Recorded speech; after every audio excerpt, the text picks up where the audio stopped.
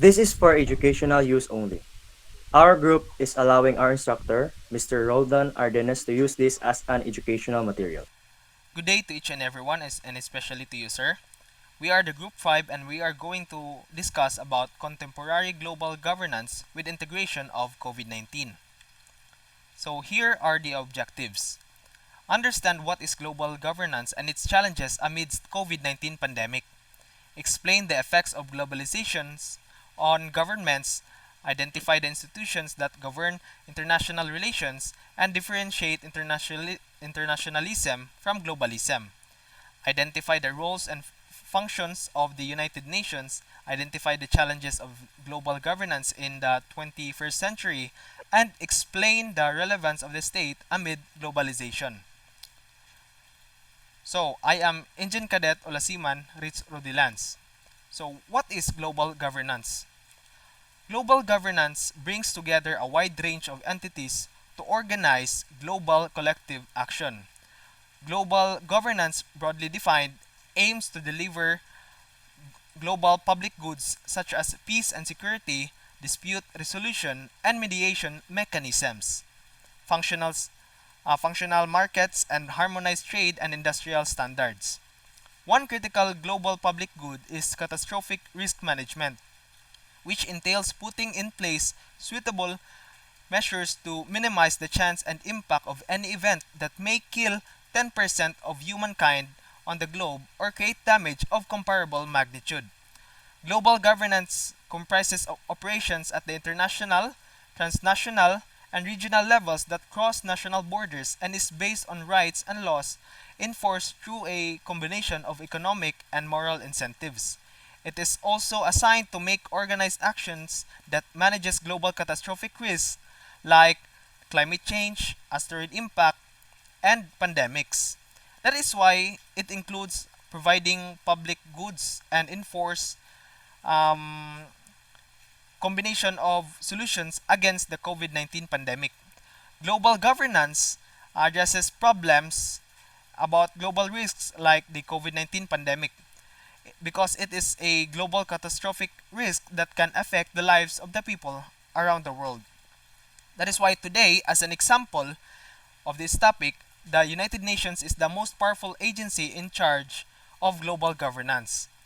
As a result, global governance is necessary, yet it is fragmented, complex, and poorly understood.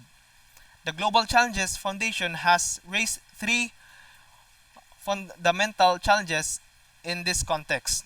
So, first is how to reform institutions, second, how to establish alternative institutions, and how to harness new technological possibilities to strengthen governance. So, that is all. So, is there any questions? Yes, sir. Okay, go ahead. Number one question. So, what best describes global governance? So, A, it is a movement towards political integrations of transnational actors saying that negotiating responses to problems that affect more than one state or region.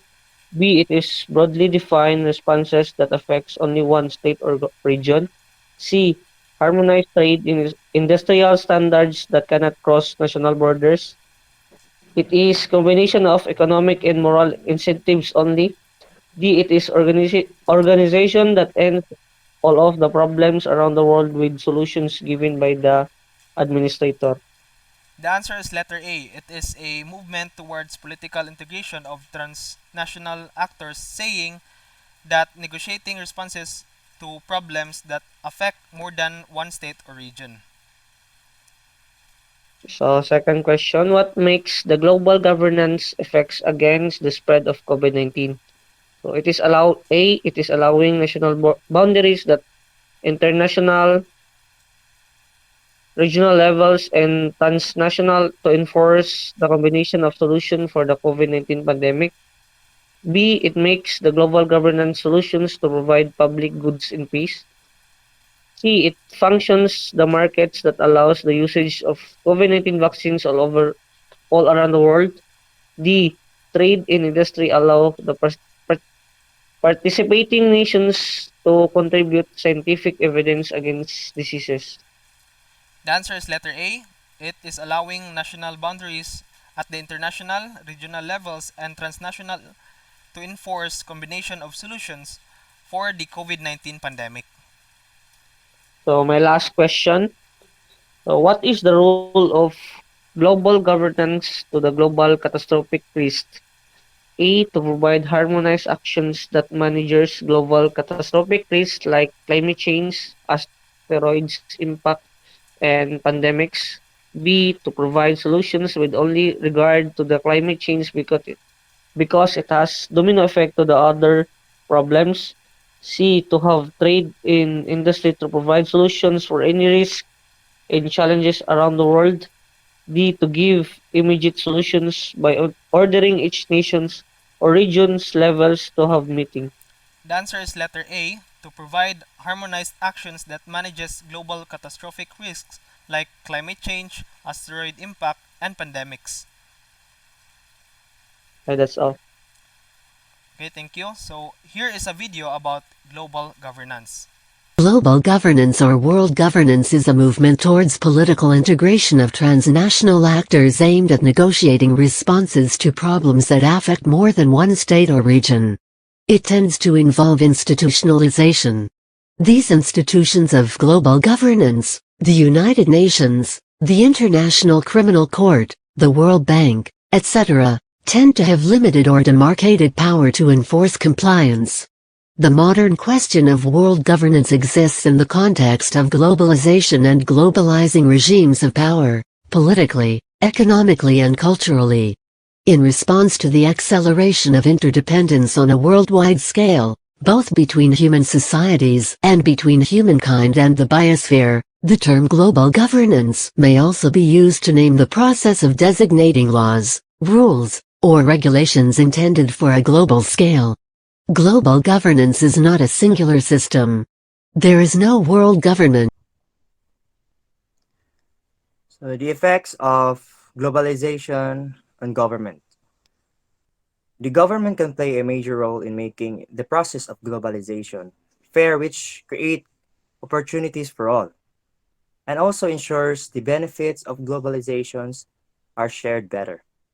According to the disciplining hypothesis, globalization restrains government by including increased budgetary pressure.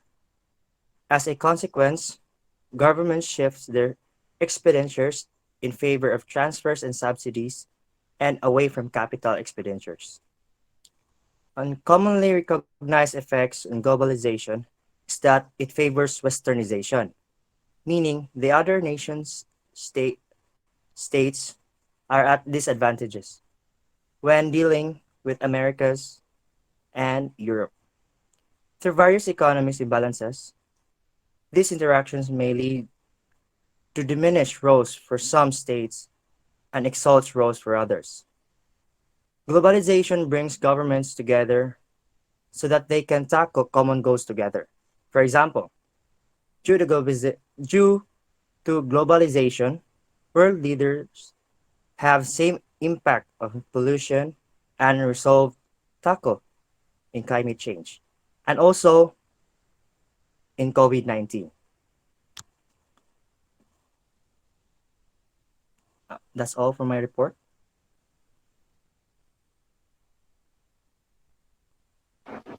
Questions. Go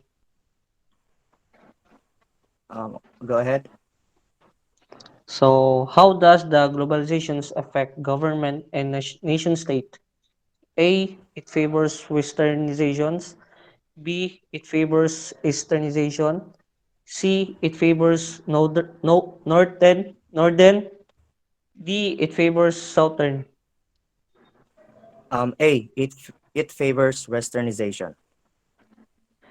So second question. So the role of the government in globalization. So A. Would create opportunities to all. B. Make people satisfied. C. Decreases goods and manufacturing. D. Increase of standard in living. A would create opportunities to all. So my last questions would be, which negative effect of globalizations restrains government? So A, increase budgetary pressures. B, transfer of subsidies. C, promotes world peace. D, resolve pollutions and climate change. Um, A. Increased budgetary pressure. Okay, thank you. So, um, is there any other concerns or questions? No, sir. So if none, that will be all. Thank you. Now, outbreaks are inevitable, whether they become pandemics. The uncontrolled spread of contagious diseases across countries and continents depends on our response. Pandemics have always depended upon fast travel networks and dense populations, once relatively unusual, now a global norm from Nairobi to Jakarta. The ongoing coronavirus epidemic, or COVID-19, poses a single serious challenge to the entire world that requires countries and communities to come together to end this outbreak. The global governance of disease in time for the emergence of COVID-19. The topic of our News in Depth tonight with Professor An Jun Sung of the Graduate School of International Studies at Yonsei University. Professor An, welcome to the program. Thank you. Now, when a new infectious disease begins to spread, decisions on how to stop it are based on patchy data that change by the hour at 1st. Now, some experts have coined a term on this for this phase as a fog of war. Health The institutions that govern international relations. The institutions such as United Nations, the World Trade Organization, which is WTO, and the International Court of Justice are taken to, over time, have developed power and influence to shape the foreign policies of individual states. So as you can see the PowerPoint, there are three pictures, so which is United Nations, is an international organization that describes itself as a global association of governments facilitating cooperation in international law, international security, economic development, and social equity. It is the most prominent international institution. Many of the legal institutions follow the same organizational structure as the UN. So the second picture is WTO, which is the World Trade Organization. It's the only global international organization dealing with the rules of trade between nations. At its heart are the WTO agreements, negotiated and signed by the bulk of the world trading nation and ratified in their volume. The goal is to ensure that the trade flows smoothly, predictably, and fairly possible. So the third picture is the ICG, which is the International Court of Justice, is the principal judicial organ of the United Nations. It was established in June 1945 by the Charter of the United Nations and began work in April 1946. So, continuation is that international institutions are a central focus of international relations or scholars as well as of policy making effort around the world. Over the years, international institutions of various types, treaties, organizations, regimes, invention, and so on have grown greatly in numbers and importance. And that's all of my report. Is there any questions? Hello? Yes, sir. Okay.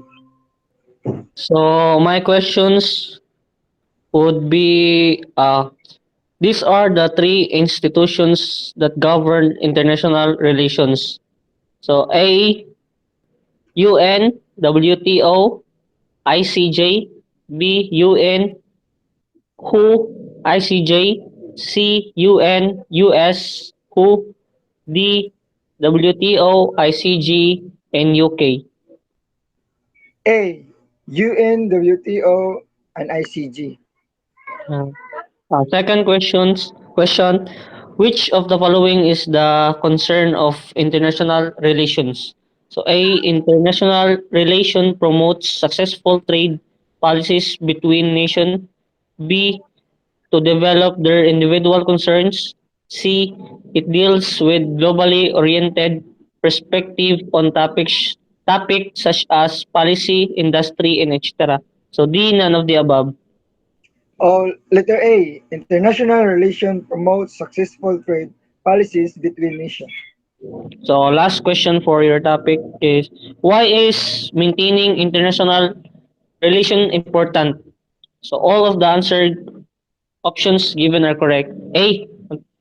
B. It goes beyond peace and war, past poverty and business. C. It explores the key players in world politics, intrinsic politic patterns. So D. Identifies the authorities' theories for how resolutions and cooperations can be reached. Letter A. All of the answer options given are correct. Oh, okay, sir. That's all. So thank you very much.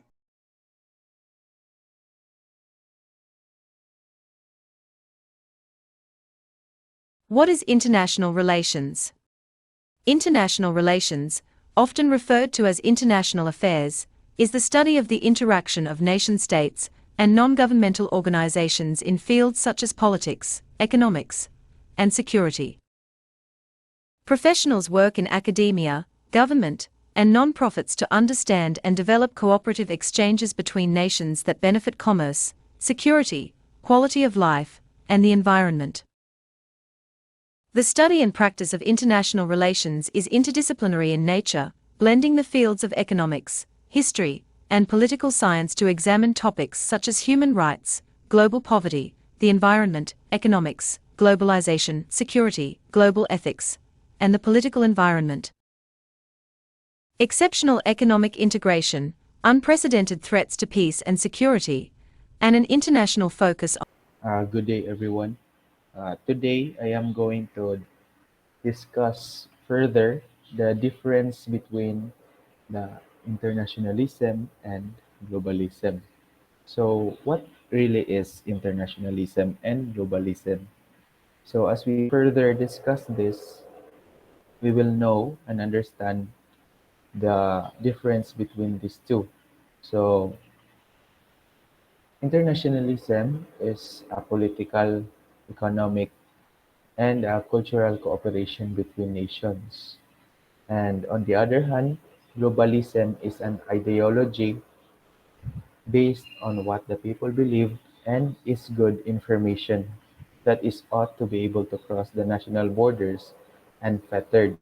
So we can we can define internationalism as, in simple words, that it is like example when few or many countries work or talk to each other, agree on such things that would be good for all of all of them, that would help the whole world. And it is, on the other hand, globalism is like something that is between the two countries, one or two countries that will agree with each other to take over the world with only one leader. So, for example, Hitler and possibly Trump. Okay, they may be even the communists. Okay, that's just for example, and this might be also good if everyone agreed on the style of their different leadership and everyone thought the same. So, but colonialism did not work for all, and globalism would be the worst.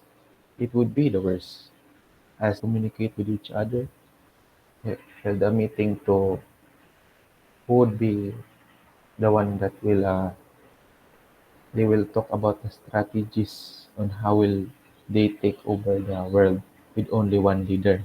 Will it be Vladimir Putin or the president of China, or would it be Kim Jong Un? Okay. So internationalism is like uh, the exchange of different goods and cultures and the world. So globalism. So in summary, globalism from its word global, which means it participates with different countries, uh, with only two countries, which means they have wider terms of its meaning, scope, and its outcome. On the other hand, internationalism, from the word itself, inter and nationalism, they mainly focuses more on cooperation with the different nations while they acknowledge and respect the different sovereign character. So again, uh, globalism word is the hint is participates, and internationalism is from the hint is cooperation. Okay, so that would end my discussion. Why is globalism considered an ideology? A. Because it is based on the belief that people, goods, and information ought to be able to cross national borders unfettered. B. Because it is political, economic, and cultural cooperation between nations. C. Because it is based on the politics that people, goods, and information ought to be able to cross international borders unfettered. D. Because it is the opinion of the people and basic goods between nations. My answer would be letter A, because it is based on the belief that people, goods, and information ought to be able to cross national borders unfettered. Okay. Next question. It expands the business and enter the market of different countries. A. Internalization. B. Globalization. C. Industrialization. D. None of the above. My answer would be internalization. Okay. Next question. How would you best describe internationalism in simple words? A. When a few or many countries agree to work together for the good of all. B. When one or two countries get together to take over the world with one leader. C. When a lot of countries agree to stop talking and exchanging goods with each other. D. When two or more countries get together to take over the world with three leaders. My answer would be the first choice, the letter A, when a few or many countries agree to work together for the good of all. Okay, thank you. Thank you. There's this funny fact that a lot of people in the far left understand themselves as anti-globalist and pro-internationalist, which baffles me from time to time. As an example, the Social Democrats over here in Austria started a campaign against Starbucks because they use international laws to practically avoid paying taxes in Austria because, let's face it, they are pretty high over here and it's more than convenient to pay them more or less anywhere else in the world. By the way, it's the same party that is now the senior partner in our government of two parties, so you might say, okay, if you don't like it, change it. And this is what we say over here, but well, this would seriously hurt the tactics of the Social Democrats, who demand more or less the same stuff since over 100 years, and when they are in power, they change absolutely nothing. However, they argue that this is globalism and therefore bad, that companies who act globally can simply put crap on national law, which means they can make So I am Engine Cadet Cantila and I'm going to report my part, which is United Nations. So United Nations maintain international peace and security, protect human rights, deliver humanitarian aid, support sustainable development and climate actions, uphold international law. So information from the UN system, so COVID-19 response. So below are some of their response. So first is peacekeeping.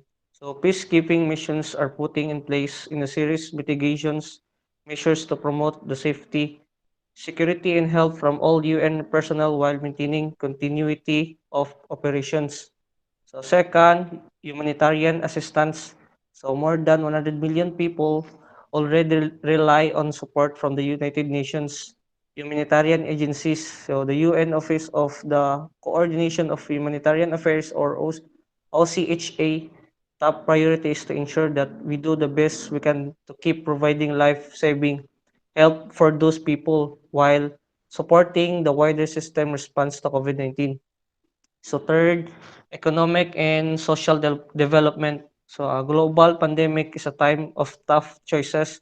So the policy decisions taken now will shape the fate of millions and define the future of nations.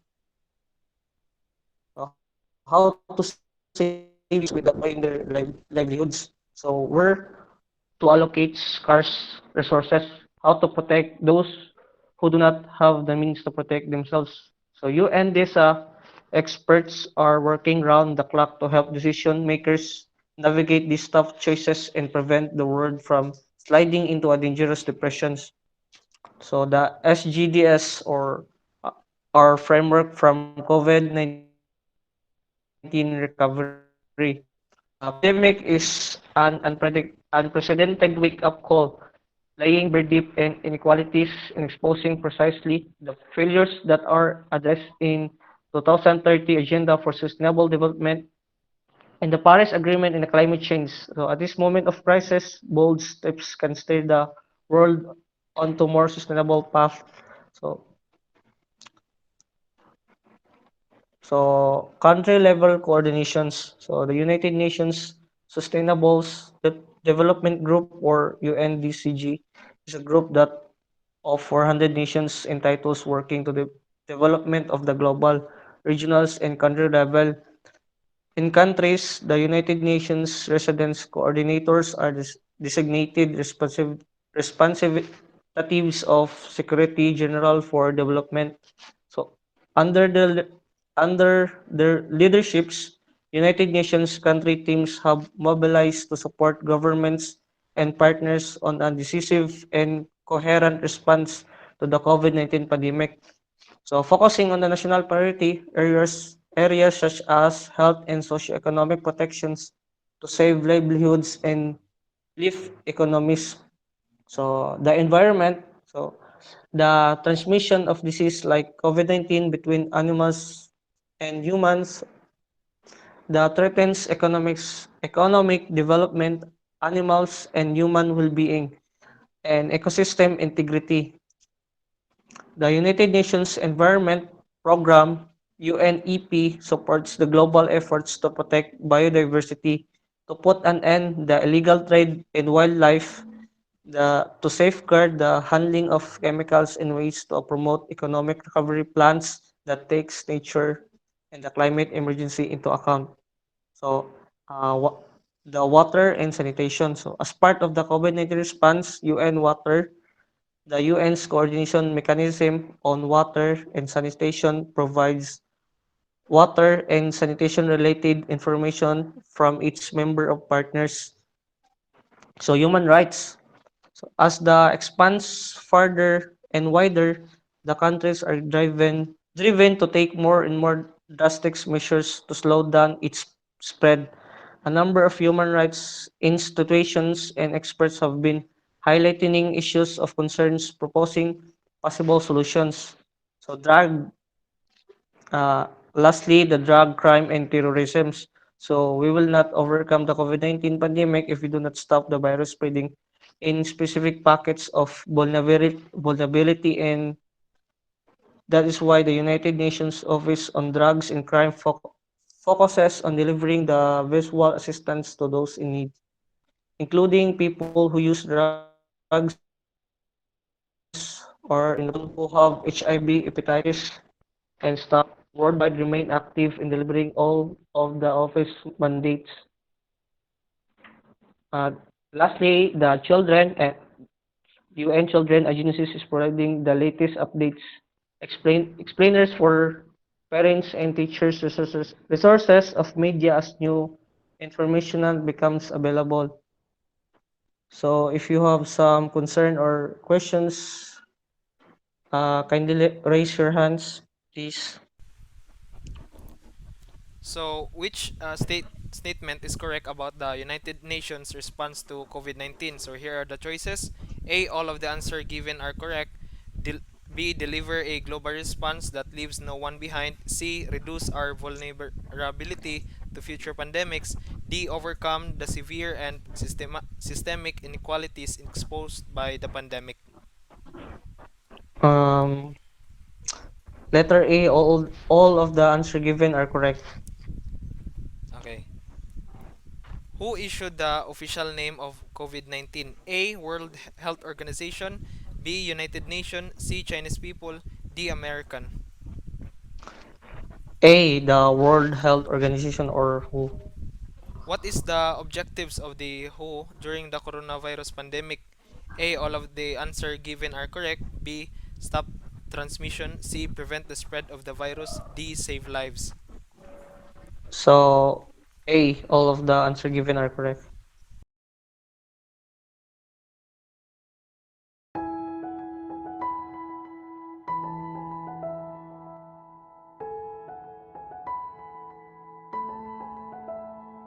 The Second World War caused enormous destruction and left large parts of the world in ruins.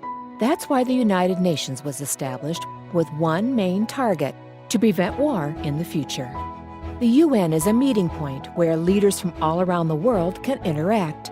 In the UN, countries try to agree on which rules and agreements should apply in the world. The most important topics of discussion in the UN are peace and security, human rights, and sustainable development. The Sustainable Development Goals is the United Nations global agenda to end poverty, fight inequality, and combat climate change by 2030. There are 17 goals and 169 targets. The agenda serves as a joint roadmap for all the countries in the world. One of the main So, good evening, everyone. So, I'm Harvin Caballero. So, I'm here to report my part, the relevance of the state amid globalization. So, we all know the COVID pandemic has ushered in a new climate of uncertainty, which is fueling protectionism and playing into the national narratives. Globalization is under a significant threat as governments scramble to reduce their vulnerability to the virus by limiting global trade and flows of people. So, with the imposition of the border closure and the strict immigration measures, there have been major disruption in the Philippines and global supply chains with adverse impact on employment and poverty. So, globalization has a become a major feature of contemporary social life. The globalization can help us Filipino people to know the international status and the right of each country nationwide, doing a true classification on the types of states for exceeds of the nature of the essay. Therefore, what will be this be used here to two simple division, and globalization has opened up more market for the United States, which in effect helps American companies sell their product worldwide. For example, the Car Zero. The Car Zero is not sponsored or endorsed or by any college or university. It is originally intended in reference the establishment of order within a state sovereignty and has been interrupted by some as legal quality that place the state above and the authority of all external laws. So the role of the nation state in the global world is largely a regulatory, one of the chief factor of the global interdependence. So the role of the nation state in the global world is which the people of each state has deal with people of other states as member of the world community. So globalization allows countries to benefit from economic synergy and collaborate in handling political, social, and economic challenges. So that's all for my part. So there any questions? Yes, sir. So what is it? So first question, which of the following characteristic of globalization is the most likely explanations for such an increase in contest contestability? So A, the growth of employment in emerging markets economies. B, greater synchronizations of economic cycles between countries. C, higher levels of labor migration. D, reductions in protectionism. So the answer is the A, the growth of the employment in emerging market economies. Oh, yes. Second question. So, globalizations involves A, all of the answers options given are correct. B, a growing magnitude of interconnectedness in almost every sphere of social existence. C, an acceleration pace of global interactions and processes associated with deepening em- enmeshment of local and the global. So D, stretching of social, political, and economic activities across political frontier. So So A is the answer. All the answer option given are correct. yes, globalization is considered a historical process of fast-growing interconnectedness in every. So last question: the shift toward a more integrated and interdependent world economy called A, globalizations, B, foreign direct investment, C, international trade, D, containerization. So Containerization. the answer is the globalization, letter A. That's all. Thank you. Thank you, sir.